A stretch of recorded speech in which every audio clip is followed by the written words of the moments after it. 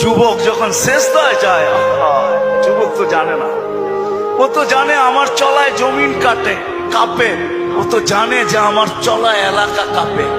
হায়, ও জানে না ওর সেজদায় যে আরশ কাঁপে, ওটা ও জানে না।